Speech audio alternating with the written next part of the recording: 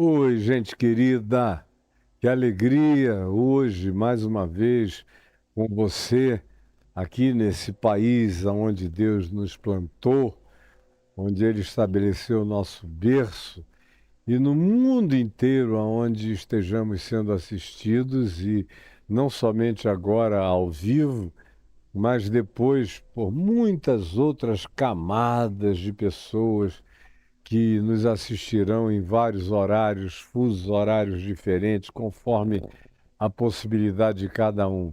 É um prazer sempre enorme para mim, essa alegria do compartilhamento do Evangelho.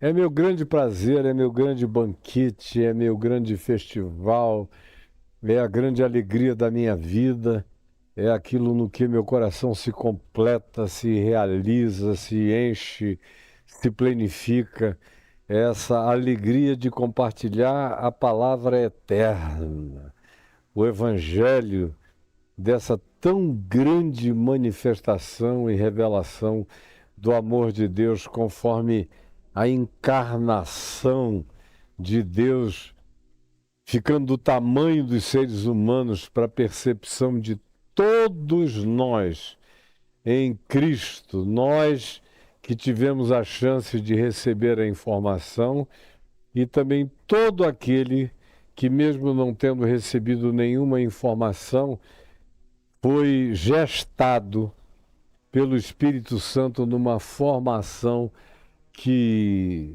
precede a toda e qualquer informação, porque o Espírito Santo é vivo, é real, está presente e Jesus disse que ele se derramaria sobre toda a carne, sobre velhos, sobre jovens, sobre todos, até, como diz o profeta Joel, onde isso é primeiramente mencionado, no capítulo 2, verso 28, e depois mencionado por Pedro, por uma multidão que se reuniu para ouvi-lo no dia de Pentecoste. Pedro cita o texto profético de Joel 2, 28, onde se diz que é sobre todos, jovens, velhos, crianças, donzelas, todos, e se completa isso dizendo-se até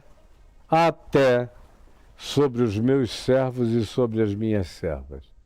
Até sobre esse pessoal que diz que é servo de Deus, que cultua Deus, que sabe de Deus, mas que frequentemente é o pessoal que dá mais trabalho para absorver as realidades reveladas do Evangelho.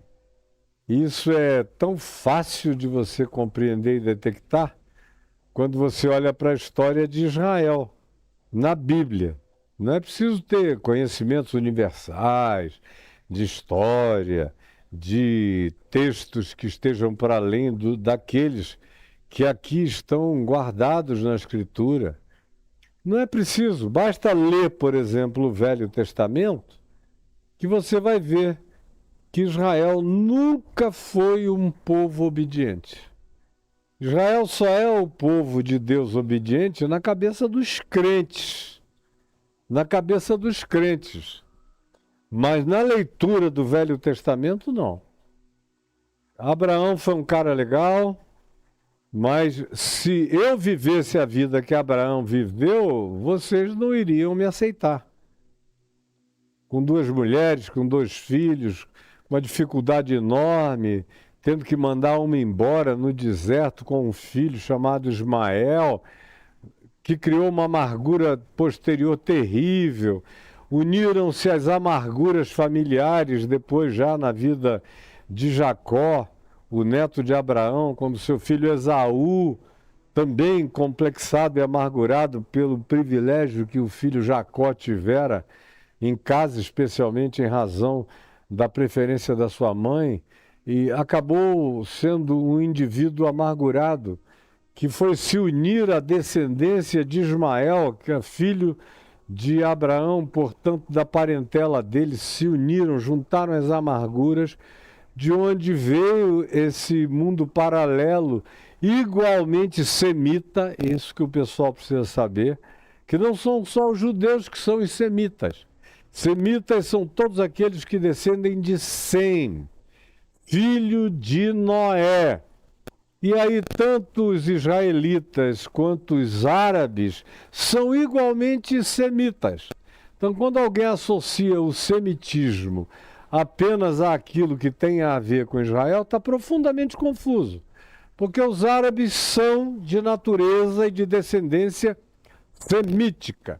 Não confunda a dimensão semítica desses povos, que tanto cobre Israel quanto cobre os árabes e outras parentelas da mesma descendência, com sionismo, que é outra história, que é uma ideologia religiosa de extrema direita, de culto ao sagrado, a terra como sagrado, a terra como relíquia geográfica sagrada e que tem que ser habitada, sem cuja habitação e sem cuja posse de sacralização, eles chegam ao ponto de dizerem que o Messias não virá enquanto eles não completarem e não assambarcarem e não dominarem toda a terra, em nome do Israel bíblico.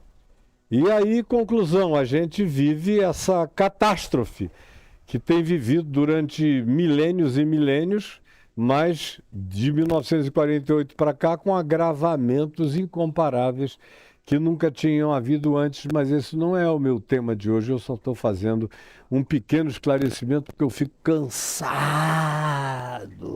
extremamente cansado de ver a ignorância absoluta que toma conta da mente amébica de um monte de gente que faz ousadas asseverações para todo lado, como se soubessem alguma coisa e apenas declaram a sua ignorância absoluta quanto a praticamente tudo. Mas é num orgulho tão horroroso, numa soberba tão grande, que não são pessoas macárias, humildes de espírito, ensináveis. Você pode gastar dias e anos da sua vida tentando ensiná-los, mas eles, como diz Paulo escrevendo a Timóteo, eles aprendem, aprendem, aprendem, mas nunca chegam ao pleno conhecimento da verdade. Não querem introjetar, têm olhos, mas não veem, têm ouvidos, mas não ouvem, têm coração, mas não discernem, porque não querem ver com os olhos, ouvir com os ouvidos, entender com o coração, porque em acontecendo isso eles teriam que se converter. E Jesus disse, eles teriam que ser por mim curados.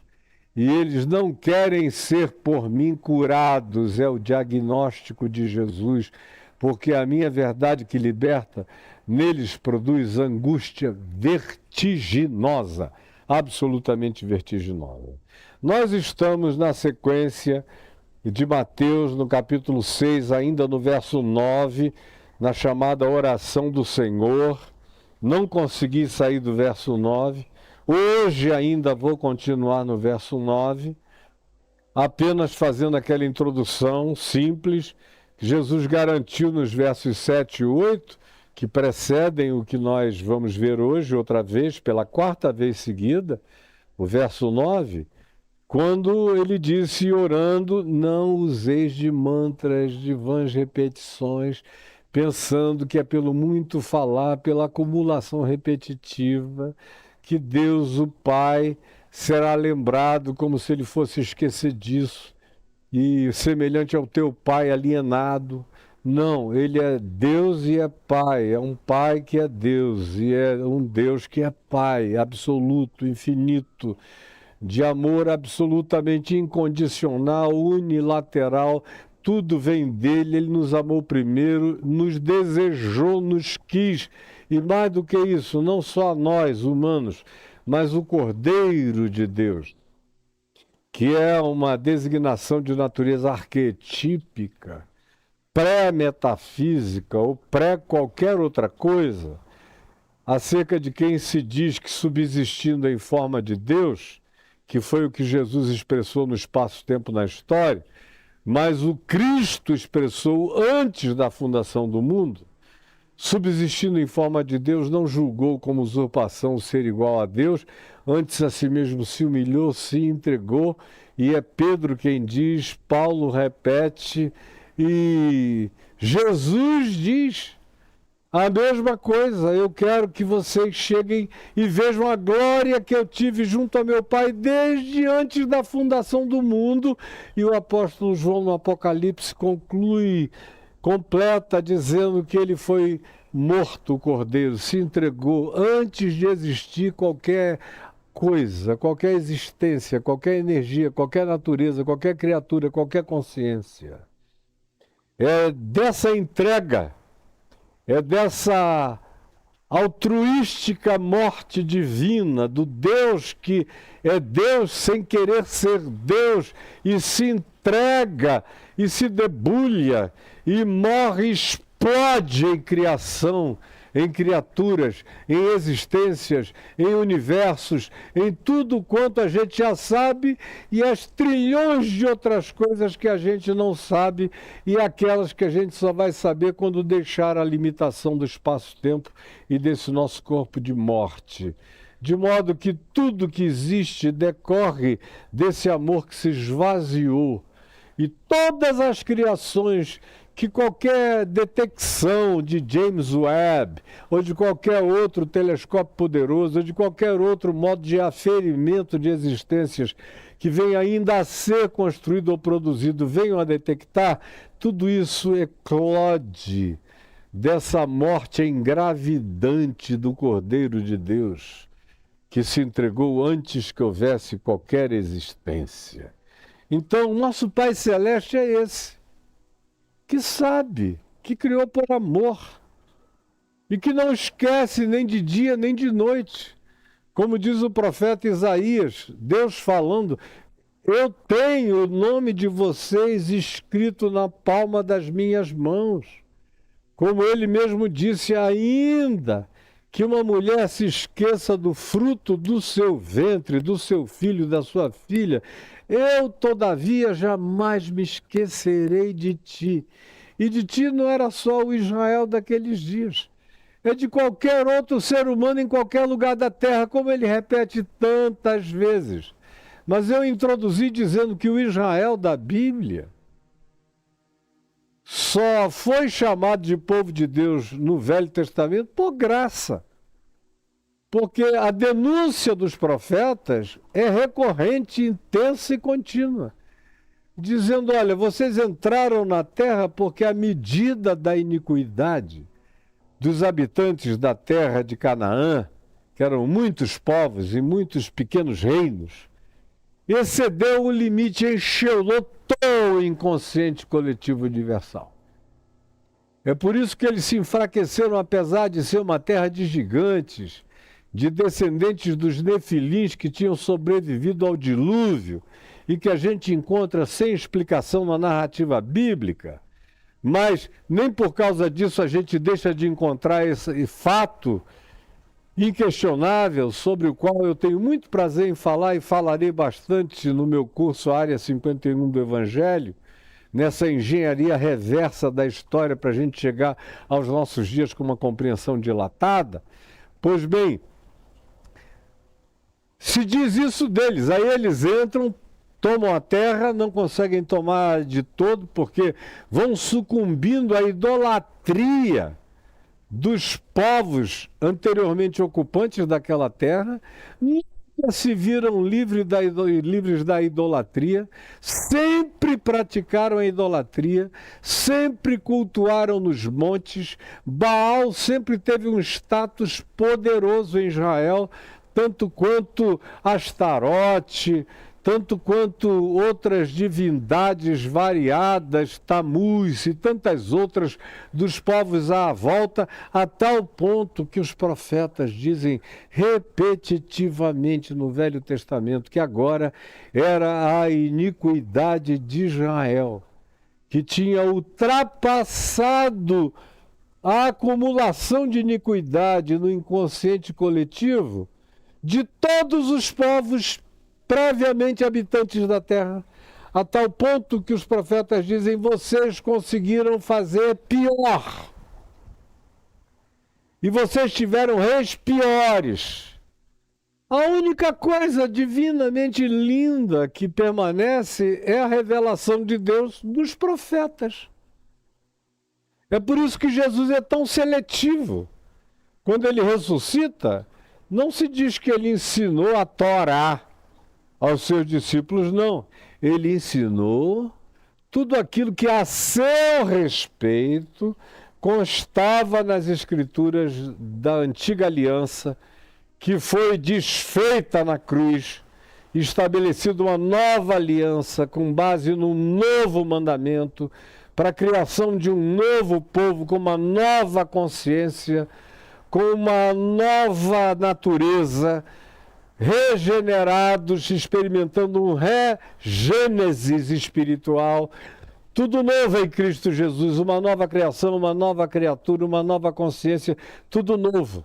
Não se põe remendo de pano novo em veste velha, não se põe vinho novo em odres velhos, portanto, não há nada a aproveitar. E Jesus diz, olha, vejam a mim e leiam o Velho Testamento a partir daquilo que Moisés disse que teria a ver comigo, que os profetas disseram que teria a ver comigo, que os salmos dizem que tem a ver comigo, e foi isso que ele diz, e é isso que o Evangelho de Lucas afirma, é isso que o início de Atos Apóstolos nos diz, que ele ensinou os apóstolos durante aqueles 40 dias e 40 noites posteriores à sua ressurreição, todas as coisas que constavam sobre ele nas Escrituras. Ou seja, ele estava dizendo, vocês têm que ler para trás e têm que olhar para frente, me tendo como chave de interpretação, tem que olhar com os meus olhos para vocês não errarem o caminho, porque eu sou o caminho, a verdade e a vida e ninguém mais.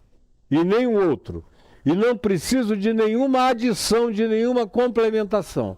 Agora, Israel só é bonito na descrição profética do Israel que não existia, do Israel que nunca virou história, do Israel que nunca virou um povo santo separado de fato para Deus, conforme foi a vocação original proposta e conforme eles disseram, levantando a mão lá no Monte Sinai, dizendo que queriam ser, e nunca foram. No deserto eles adoraram demônios variados, eles eram obedientes, desobedientes, arrogantes, murmuradores, raivosos, mal-humorados, tropeçando nos seus próprios pecados e vivendo de ingratidão em ingratidão, entraram na terra e continuaram na prática das mesmas desobediências. Por isso, saindo daquela catividade no Egito, acabaram, e não muito tempo depois que Davi unificou o povo e Salomão veio, como filho de Davi, se tornou o maior bruxo da antiguidade, um bruxo com, além de tudo, um conhecimento científico, botânico, físico, de medicinas contemporâneas, de cálculo, de matemática, de filosofias, de tudo. Ele era um ente enciclopédico. Mas diz a Escritura, o texto de Crônicas diz que ele se entregou ao amor eros, usando a palavra grega para erótico, para paixão, para tesão desvairado. Ele era um homem de 1000 mulheres, 300 esposas e 700 concubinas. Era um cara que, se fosse toda noite pegar uma das mulheres dele, ele ia levar mais de 3 anos para concluir a rotação desse ambiente de conjugalidade e de concubinatos. E aprendeu com elas todas as idolatrias, todas as feitiçarias, todas as bruxarias. A gente sabe isso pelas histórias paralelas às narrativas bíblicas, tanto quanto a gente sabe disso no Novo Testamento, quando Jesus, depois de expulsar demônios, diz àqueles que eram incircunstantes, vendo o acontecimento e blasfemando contra o Espírito Santo, dizendo que Jesus expulsava demônios pelo poder de Beelzebul, Jesus diz: cuidado, agora vocês puseram o pé, estão fazendo xixi no Santo dos Santos. Não brinquem disso, não. Porque eu expulso os demônios pelo dedo de Deus, o Espírito Santo que habita em mim, e vocês sabem. E esse não é um pecado da alienação de vocês. É da determinação blasfema do coração de vocês, que sabe quem eu sou. Vocês só não querem admitir por inveja absoluta, porque vocês têm inveja até de Deus. Se Deus não for o Deus da submissão e do aprisionamento ao container religioso de vocês. E aí Jesus conclui dizendo a todos eles, e cada um dos que estavam ali, você não por ignorância, mas eles que estavam ali sabiam ao que Jesus estava se referindo quando ele termina essas asseverações sobre cuidado com a blasfêmia contra o Espírito Santo, dizendo: eis aqui quem é maior do que Salomão, que era o grande expert em exorcismos, usando os ritos de toda a terra. Por quem expulsam os demônios os vossos filhos? Eis aqui quem é maior do que Salomão.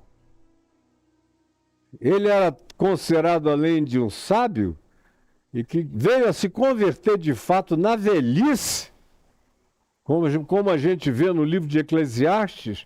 Aquilo não é a reflexão da juventude, é a reflexão do fim da vida de um cara que caiu em si por causa da promessa de Deus a Davi, que consta aqui no Salmo, acho que é no Salmo 86, aonde está dito: mesmo que os teus filhos errem, pequem e transgridam e se desviem de mim e cometam todos os pecados e torpezas, eu todavia, por amor a ti, os castigarei, os disciplinarei, os enfrentarei, os esmagarei e terei misericórdia deles quando eles caírem em si. Agora, no Israel não tem 40 anos de obediência seguida a Deus, não tem nem 20 anos de obediência seguida a Deus em momento nenhum da história. E Davi vem, reúne o povo num único reino, que logo depois de Salomão é dividido, começam a brigar guerras fratricidas, e depois o reino de 10 tribos no norte é levada para o cativeiro na Assíria, e logo depois vem também os caldeus com o grande rei Nabucodonosor e leva o reino sul, que tinha capital em Jerusalém, para o exílio, por 70 anos. E de lá para frente eles nunca mais foram os donos da terra. A terra sempre esteve sob a dominação de outros povos. Então eles perderam a autonomia política sobre aquela terra quando foram para o cativeiro em Babilônia, 600 anos antes de Jesus. Daquela volta em diante, eles viveram sob concessão de dominação de outros povos. Dos gregos, depois dos Seleucidas e Ptolomeus, em alternâncias de poder. Depois tiveram um momento de revolta local dos macabeus, mas que não durou tanto tempo e a autonomia era sempre vigiada e relativa. Aí vem os romanos e botam a pata em cima e eles não têm como se defender, a não ser aceitar Herodes, o idumeu, metade judeu, metade idumeu, como realeza que agradava aos imperadores de Roma.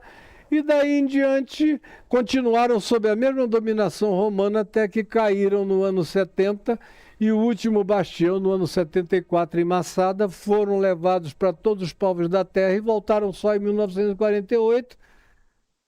E enquanto isso os povos que ficaram lá, que também eram semitas, que também eram descendência de Abraão, embora sempre tenha havido algum grupo de judeu habitando aquela terra junto com os árabes e palestinos, foi o único momento que eles viveram em paz, foi quando nenhum tinha o status de dominação da terra. Quando não tendo o status de dominação, eles conviveram muito bem durante alguns séculos como irmãos, depois das cruzadas, que foi uma guerra entre cristãos e muçulmanos, não entre judeus e muçulmanos.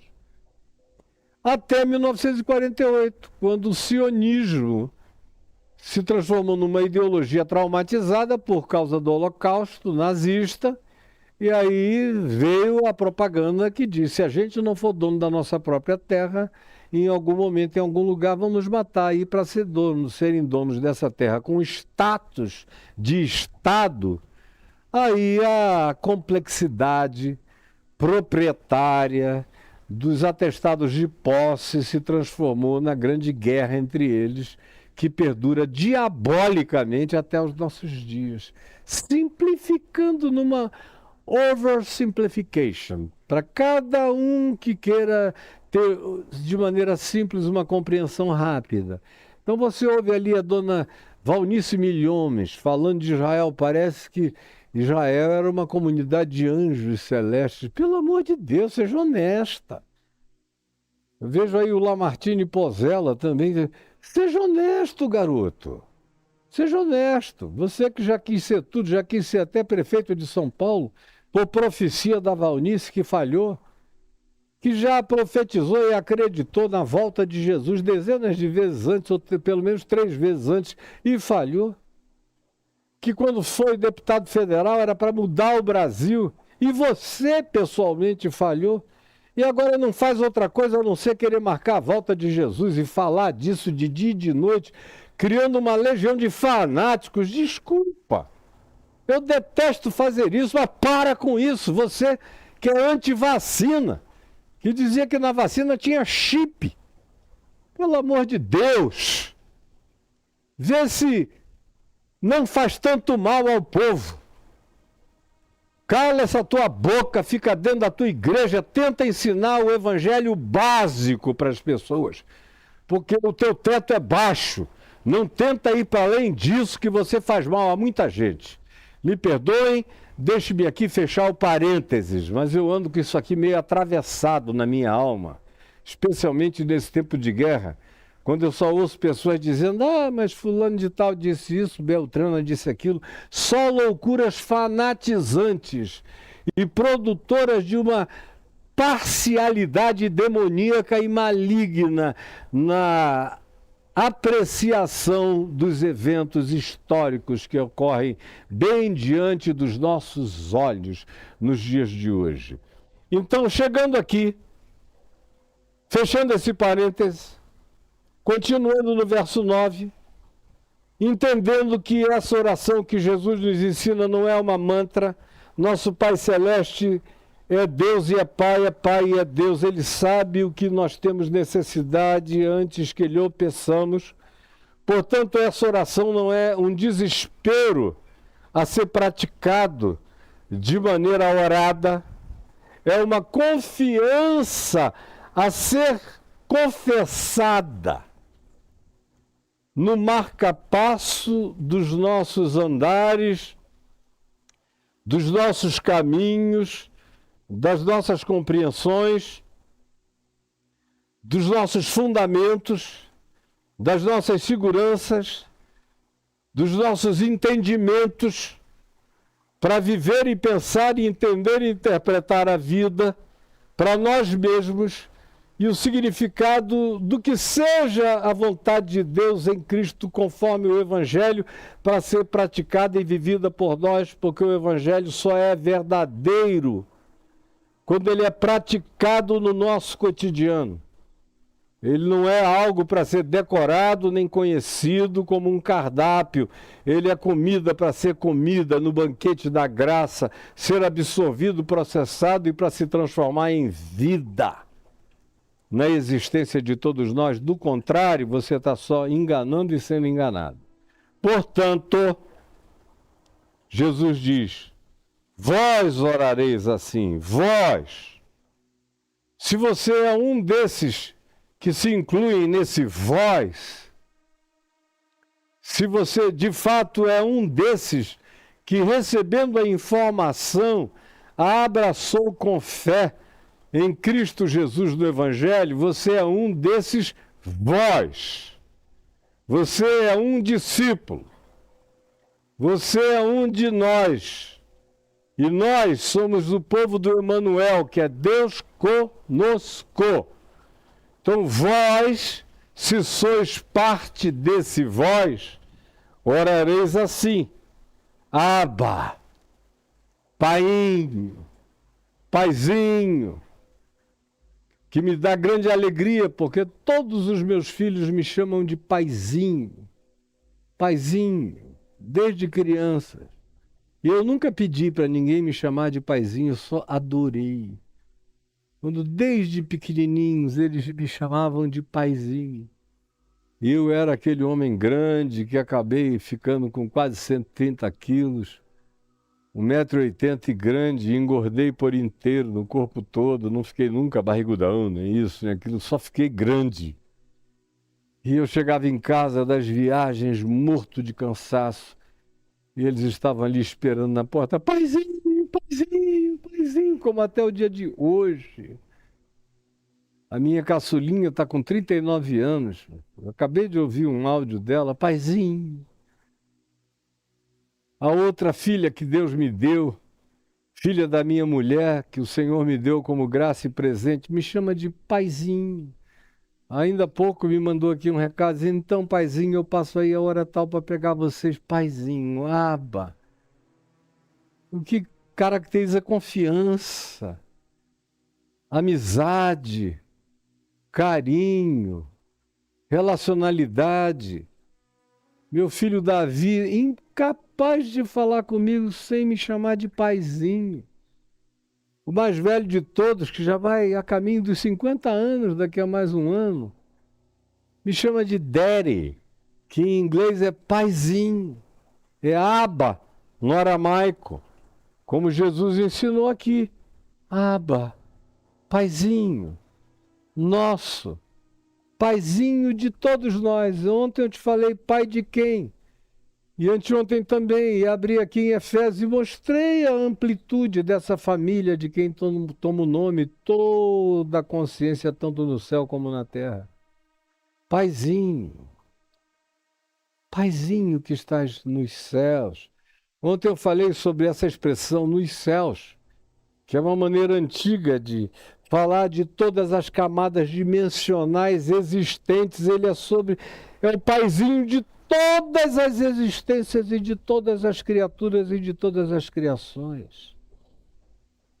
E ontem eu expliquei de maneira rápida o que era essa santificação. Santificado seja o teu nome.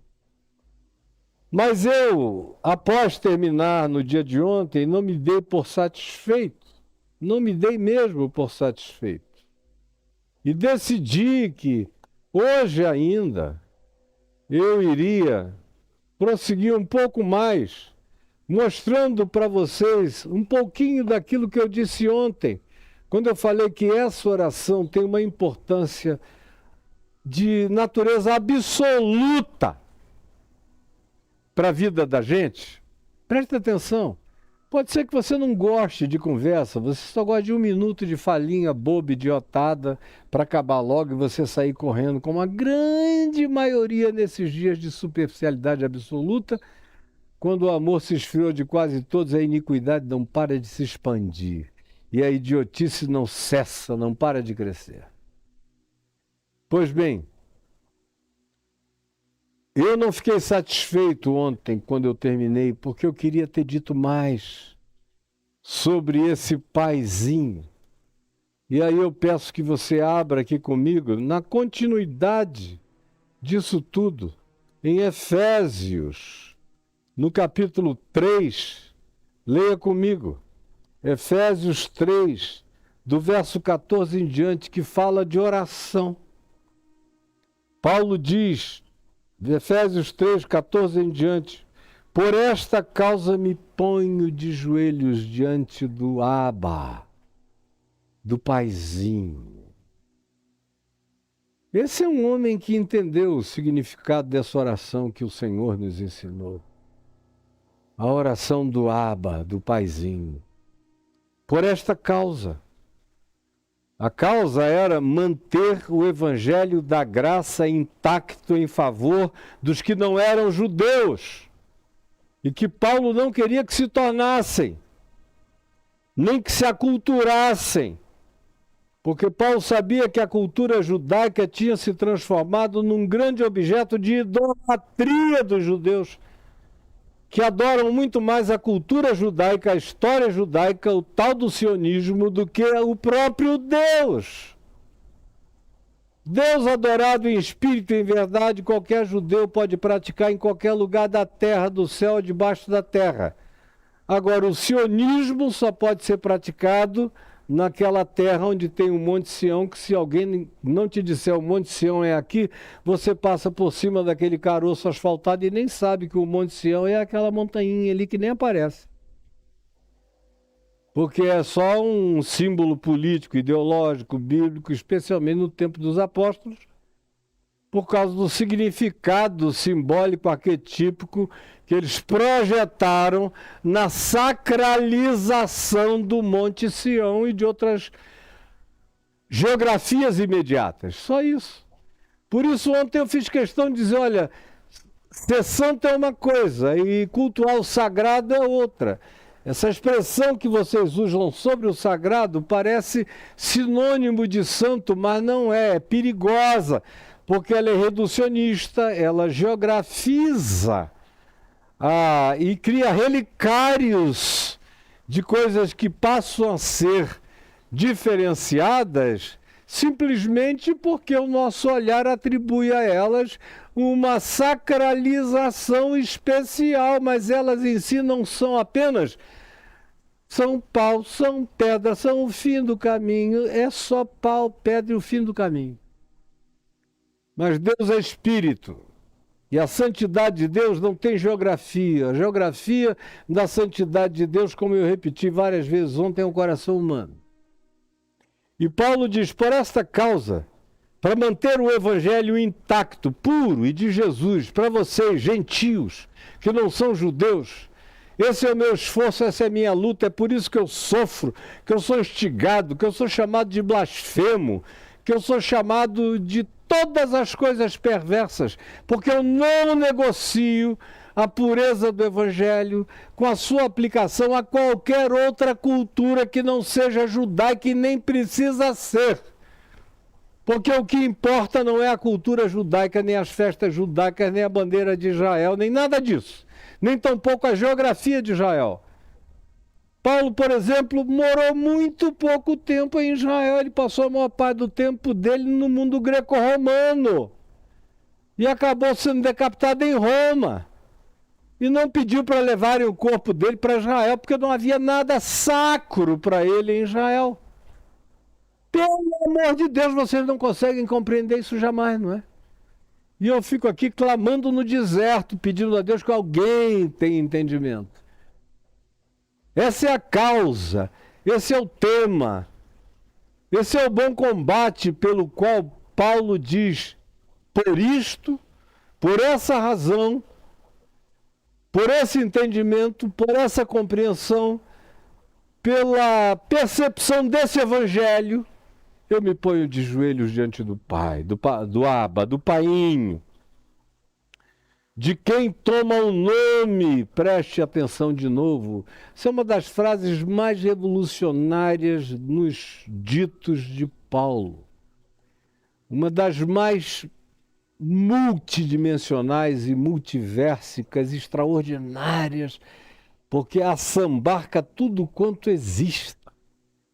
De quem toma o nome toda a família, família de anjos, família de querubins, família de serafins, famílias de arcanjos, famílias de seres de outras civilizações, de outros planetas, de outras galáxias, de outros mundos paralelos, de outras dimensionalidades. Tudo foi criado por Deus. Ele não é o Deus só do espaço-tempo. Ele não é o Deus de localizações.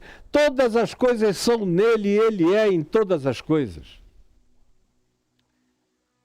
Por essa causa eu me ponho de joelho diante do Painho, de quem toma o nome toda a família, tanto no céu como na terra, em qualquer dimensão, para que, segundo a riqueza da sua glória, ele vos conceda que sejais fortalecidos com dunamis, com explosão de alegria, de poder no homem interior, mediante o seu espírito,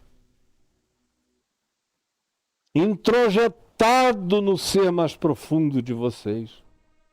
E assim, dessa forma, com esse entendimento, com essa compreensão, com esse discernimento, com esse Pai, com essa oração, desse modo, habite Cristo, o Cristo eterno, o Cordeiro imolado antes da fundação do mundo, esse Cristo atemporal, que há 2000 anos se encarnou em Jesus, mas ele não começou há 2000 anos atrás, ele é eterno com o Pai.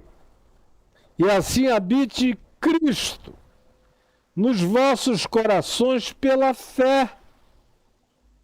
E não é uma fé elaborada em doutrinas e em conferências. Não, é a certeza de que Deus estava em Cristo reconciliando consigo o mundo, não imputando aos seres humanos as suas transgressões unilateralmente, porque Deus prova o seu próprio amor para conosco pelo fato de Cristo Jesus ter morrido por nós, sendo nós ainda alienados, adversários e totalmente pecadores. Sim, eu oro para que vocês cresçam nessa compreensão, nesse dilatamento, e assim Jesus não fica atrofiado dentro de vocês. E a fé de vocês se expanda em todas essas dimensões de entendimento e de compreensão, estando vós arraigados e alicerçados, enraizados e alicerçados A expressão arraigamento vem de enraizamento, vem da organicidade da fé, plantada no carnegão do ventrículo superior esquerdo do Paizinho eterno. Ancorado nele, arraigado nele, ataviado nele, sendo parte dele e fundamentado nele. Arraigados e alicerçados nesse fundamento, onde Cristo Jesus é a pedra angular, em razão da qual eu sei a direção, eu tenho o prumo, eu tiro o nível e não me perco em nenhum equívoco na vida. Nenhum equívoco. Não me equivoco quando eu tenho Jesus como a minha pedra angular. Quando eu meço a vida e o tenho como minha chave hermenêutica, chave interpretativa, ou, usando a expressão dele, a pedra angular. Que os construtores, e ele estava se referindo aos teólogos, aos religiosos, aos que produziam as arquiteturas religiosas, ritualísticas, aos que eram os confinadores de Deus nos templos e nas sinagogas. Sim, essa pedra que os construtores rejeitaram, que os senhores da religião rejeitaram. Rejeitaram então, rejeitaram depois, porque preferiram seguir no cristianismo de Constantino do que no evangelho simples de Jesus, e rejeitam hoje. E é só porque rejeitam hoje que tem gente olhando e dizendo, meu Deus, esse cara é um herege. E eu só sou um herege porque estou trazendo a revelação dos mistérios ocultos em Deus, agora revelados em Cristo Jesus, como diz Paulo.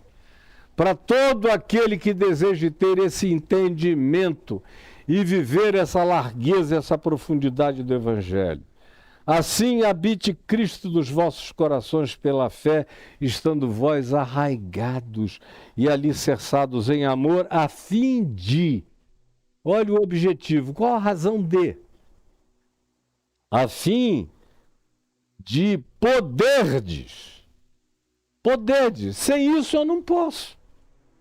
Não adianta você dizer, eu fiz 20 anos de teologia, me pós-doutorei, fiz PhD, sou doutor em divindade, e daí, meu filho? Isso aí, papel higiênico, é a mesma coisa. Digo não o papel limpinho no rolo, mas depois de passar nessa área escusa da sua vida. E é a mesma coisa? Então, um pelo outro eu não quero troca. É nada. Serve só para limpar o bumbum da sua vaidade arrogante, nada além disso. Porque Cristo não habita o teu coração nessa profundidade e você não é arraigado e alicerçado no amor. Se não for no amor, não tem vida com Deus que seja possível, é só performance e plasticidade. A fim de poderdes, senão vocês não vão conseguir jamais. Não tem treino que os condicione para tal.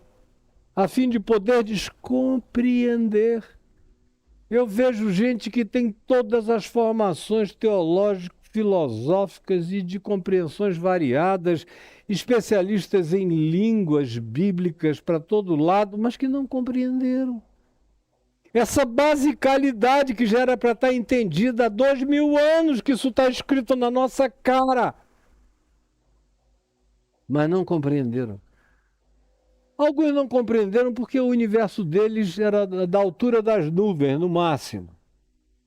Não passava das nuvens. Então eu não posso pedir que Calvino tenha entendido muito. Ele habitava um universo ainda cheio de conflitos, onde havia dúvidas enormes sobre o que girava em torno do quê, qual era o tamanho das coisas. Enfim, nós ainda éramos praticamente o centro universal, já havia variações interpretativas astronômicas, mas que não eram axiomas aceitos por todos os cristãos. Teve gente que até muito pouco tempo atrás ainda advogava outra coisa. E nos últimos 4 anos houve cristãos que estavam advogando que a Terra era plana.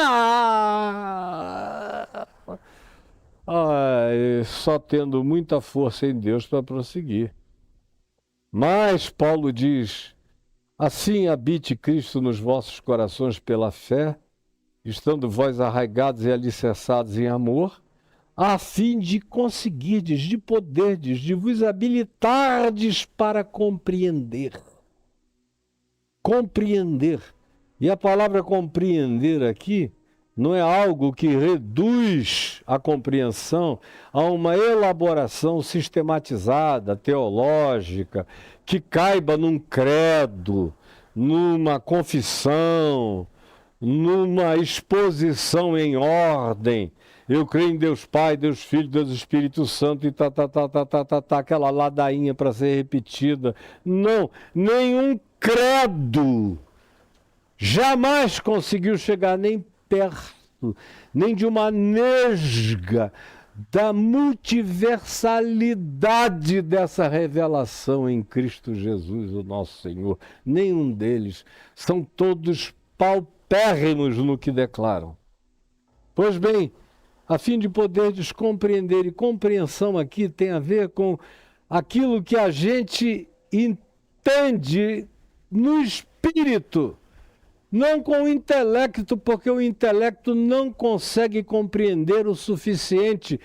Nosso melhor gênio e as nossas melhores genialidades intelectuais são ainda amébicas.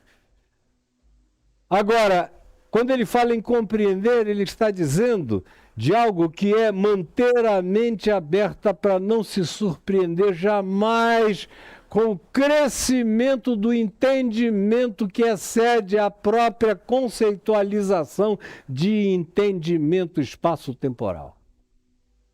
Para poderes compreender com todos os santos, todos, os conhecidos e os desconhecidos, os aceitáveis e os inaceitáveis para vocês.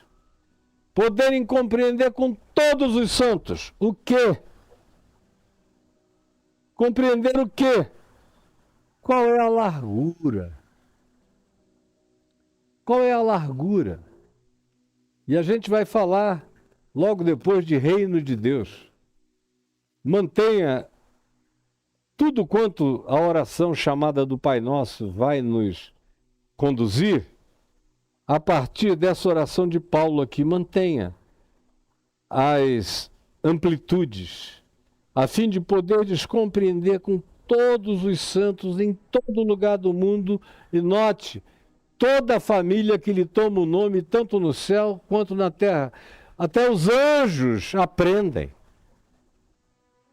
E Paulo diz, escrevendo aos Efésios, que até esses seres de inteligência superior, de poderes superiores, aprendem sabedoria com a verdadeira igreja de Deus. Que eventualmente você que é crente batizado nunca sequer conheceu a verdadeira igreja de Deus. Porque ela não está disponível para ser achada entre paredes, nem entre patriotismos, nem entre etnismos, nem entre nacionalismos, nem entre ideologismos, nem entre religiosidades de qualquer natureza ou de qualquer grupo, não. Ela transcende a tudo isso, tanto no céu como na terra, a fim de poderdes, com todos os santos, presentes na história e transcendentes à história, da nossa natureza humana e da nossa natureza para além da humana, de outras naturezas. Qual é a largura? Qual a largura? Qual é a parede delimitadora dessa compreensão? Ele só usa essa palavra largura para dizer que a largueza não tem parede. Para poderes compreender o comprimento, apenas para designar que você pode ir, a luz pode se cansar viajando e ainda tem infinitamente mais para crescer, para sambarcar, para entender, para ficar grávido de Deus para além de toda a concepção possível. Essa é a minha vocação, é isso que eu vou ser. E não vai demorar muito, daqui a poucos anos eu vou partir, vou me tornar essa coisa gloriosa em Cristo Jesus. Companheiro de arcanjos, de anjos, de serafins e de querubins, adorando a Deus e o servindo em todas as dimensões para as quais Ele me designe. Como diz o livro do Apocalipse, compreender a largura, compreender o comprimento, compreender a altura. A altura. Diz que não tem teto, diz que não tem limite. E compreender a profundidade. Diz que não tem chão e não é um abismo, é uma profundidade inescrutável, mas que a gente pode compreender, experimentar na alegria da fé, que não precisa criar uma equação de compreensão, precisa apenas aceitar a sua relatividade e assambarcar como posse, na entrega absoluta, a viagem que o próprio Espírito de Cristo me leva a fazer, dilatando Deus em mim todos os dias, como diz Paulo escrevendo aos Gálatas, me engravidando de Cristo Jesus. Todos os dias eu estou grávido de Cristo, que está crescendo em mim todo dia. E assim eu possa conhecer o amor de Cristo. Que a gente não tem nem ideia do amor de Cristo. A maioria não sabe. Vocês ficam jogando lama no amor de Deus o dia inteiro, escarrando no amor de Deus o dia inteiro. Uma tuberculose religiosa, escarrando tuberculose religiosa no amor de Deus, porque não entenderam nada. É por isso que vocês discutem de quem é a guerra, se é dos israelenses ou dos palestinos. É por isso que vocês escolhem lados. É por isso que vocês têm torcida organizada. É por isso que vocês idolatram, por exemplo, o Estado de Israel. É por isso que vocês odeiam outros povos e outros grupos. É por isso que vocês se tornaram esses seres tão abomináveis aos olhos de anjos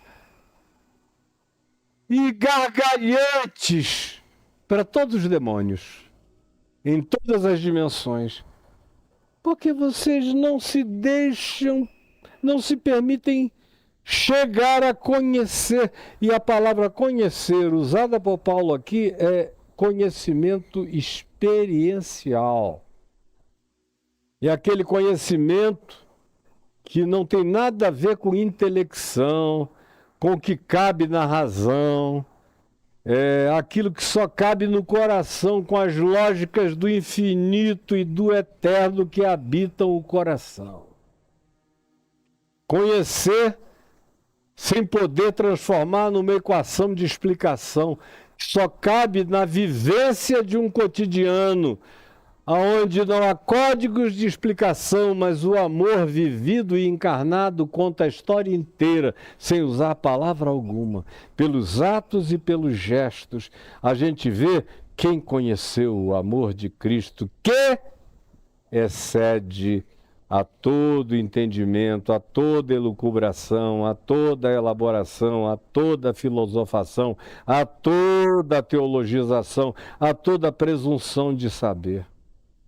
Para que sejais tomados, e só então, só depois disso, vocês serão tomados. A minha oração, Paulo diz, é essa, por isso eu me ponho de joelho, para ver esse resultado tomar conta de alguém, como tomou conta de mim, como cresce em mim todo dia, Paulo está dizendo. Essa é a razão pela qual eu me ponho de joelho, para que no final de tudo, vocês sejam tomados de toda a plenitude de Deus. E eu acho lindo que a palavra que ele usa é tomados, possuídos de toda a plenitude de Deus, possuídos, tomados.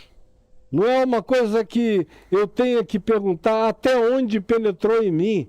Não, quando eu ando nessa viagem, eu sou tomado. Eu não sou possesso, eu sou tomado. Em altura, em largura, em profundidade, em comprimento, na totalidade do que excede ao próprio entendimento, mas que se estabelece como realidade concreta no meu coração pela prática do amor. Amor a toda a criação de Deus e a toda criatura de Deus, nos céus, na terra e debaixo da terra, toda a família que lhe invoca o nome.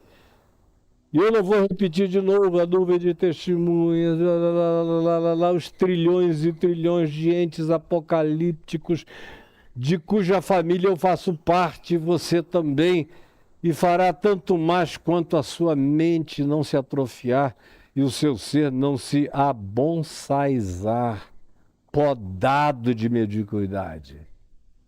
Vocês serão tomados de toda a plenitude de Deus. Então, por isso, vós aprendereis a viver e a orar essa oração. E Paulo explica como a partir do Abba, do paizinho transversico, multidimensional, que é Pai de todos, está em todos, age por meio de todos, e habita a todos, e é Senhor de todos. Sim, quando isso entra em mim, aí o que acontece é que essa gravidez vai explodindo naturalmente de Cristo. E eu começo a ser guiado e a ser levado por intuições que estão para além da possibilidade de qualquer elaboração ou sistematização de natureza teológica. Muito menos doutrinária, que é de um pauperismo de inteligência total. Vós orareis assim, com essa compreensão, com essa largueza, com esse entendimento, com essa profundidade, com esse comprimento, com essa extensão, com essa altura, com essa multidimensionalidade. E é com essa consciência que vocês vão aprender a viver em santificação. Aí a santificação já não é mais, não, eu sou santo porque eu não fui ver um filme onde tem cenas de sexo. Não, eu sou santo porque eu não bebo nada alcoólico. Eu sou santo porque não aprendi a dançar. Eu sou santo porque não sei jogar nem buraco nem paciência. Sou santo porque eu nunca peguei numa carta. Sou santo por essas idiotices de vocês, patéticos. Na minha terra tem aquele bichinho da grama, quando você deita sem camisa num gramado, e você de repente começa a sentir aquele monte de coceira na costa, tem um bichinho que os indígenas amazônicos chamam de mucuim. Mucuim. Quem está vivo entre nós não passou de mucuim ainda. E são só aqueles caras que ficam beliscando as costas dos outros. Não passaram disso até o dia de hoje. São comunidades, igrejas de mucuins. Santidades de mucuim. Santidades de nanomediocridade. Até a mediocridade tem que ser vista no nível tão pequeno porque vocês apequenaram a vida para esse nível. Quando podiam ser os seres mais lindos, bonitos, abertos, compreensivos, com entendimento para além do entendimento, tomando posse do que está para além da compreensão pela fé, mas pode ser seu, habitando o seu coração, porque o seu coração não precisa de explicações absolutas para viver o privilégio da prova e da experiência do absoluto de Deus no seu ser. É isso que excede a todo entendimento. Aí sim você vai entender o significado de ser santo. Aí sim você vai poder compreender qualquer outra dimensão. Como eu vou falar com você ainda no dia de amanhã, quando então eu falarei sobre venha o teu reino. Mas eu quero que você pense naquilo que nós vamos falar amanhã, levando em consideração essa extensão para além da mensurabilidade de qualquer que seja a dimensão. É para isso que esses serezinhos finitos e relativos como eu e você estamos sendo chamados para sermos possuídos pelo inexplicável, pelo indizível, pelo absolutamente qualificável, mas que está para além de toda designação qualificante. Senhor Jesus, mais uma vez eu te peço que essa palavra tenha chegado àqueles que querem entender, compreender, viver, experimentar, provar, conhecer, saber no coração, para viverem com a vida, para serem eles próprios um evangelho incomunicável com palavras, só comunicável com vivências, com atos, com modos, com gestos, com atitudes, com olhares, com abraços, com a expressão da plenitude da vida. Por favor, realiza isso em quem queira e naquele que em perseverança se dispuser a se abandonar no oceano dessa revelação, dessa graça que está para além de Sócrates, Platão, Zenão, Epicuro, qualquer um de qualquer geração, de qualquer compreensão, que está para além de todos nós e que se atualiza como se reatualizou para mim na minha geração. E eu te agradeço por ser filho de uma geração que pode fazer essa leitura com expansões e compreensões infinitamente maiores do que se tinha até há tão pouco tempo atrás. Por favor, permite que ninguém despreze o tempo no qual vive e as informações que vêm de toda boa dádiva, de todo dom perfeito, que vem do alto, descendo do Pai das luzes, em quem não pode haver nem mudança, nem sombra de variação. Que quem tem ouvidos para ouvir, tenha me ouvido. É o que eu te imploro. Quem tenha coração para entender, tenha compreendido para além da própria inteligência.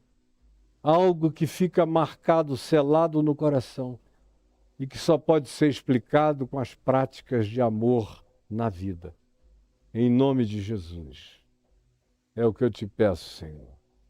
Amém e amém. Agora olha aqui para mim, tem um banner aí que você está vendo, está chegando a hora do evento da Fraternidade do Evangelho lá em Salvador, e eu estarei lá os dias 17 e 18 no encontro da Fraternidade do Evangelho, e ficarei também no dia 19 para a reunião da Estação do Caminho da Graça em Salvador.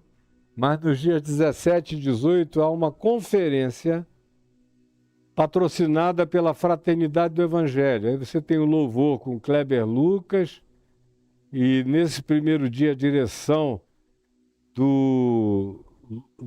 da Lucy Luiz. Aí você tem Kleber Lucas e o pastor Israel Gonzaga no louvor, na direção do louvor à tardinha. Você passou mais rápido do que eu consegui ir, meu querido Caio. Eu ainda estava 1h30 da tarde e você já pulou, mas deixa para lá. Está tudo aí no meu Instagram e no Facebook e no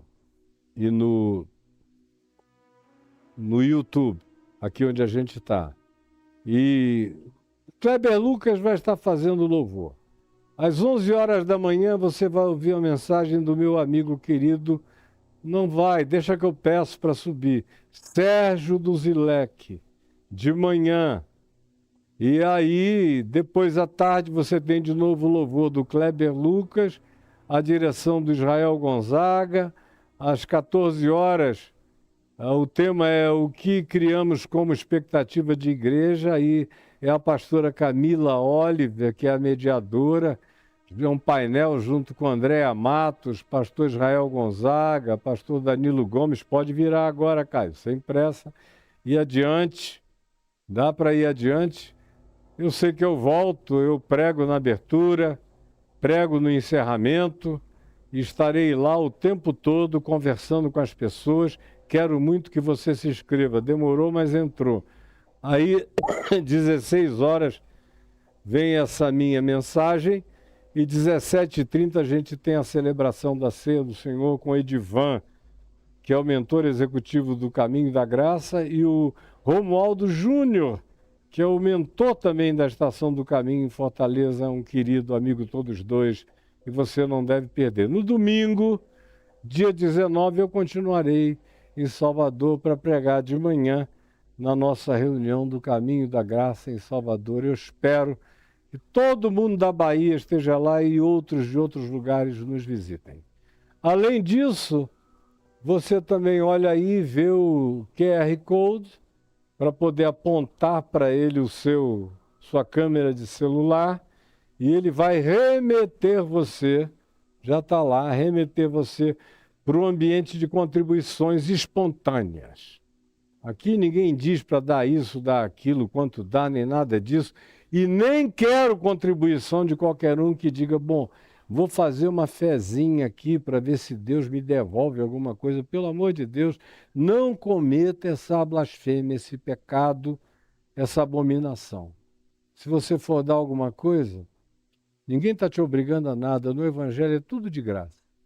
Você dá por alegria, por gratidão, de maneira espontânea, porque Deus ama tudo aquilo que é feito com espontaneidade feliz. E se você acha que o que a gente faz aqui é digno de suporte, de ajuda, ajude. Agora, por exemplo, para eu conseguir colocar as minhas mensagens na língua inglesa para alcançar o mundo inteiro, eu vou precisar de R$20 mil a mais por mês para poder pagar pelos aplicativos que já foram montados, que já conseguem realizar essa clonagem com a minha voz, com os meus tons, com a minha labialidade, com o sincronismo total, está tudo pronto.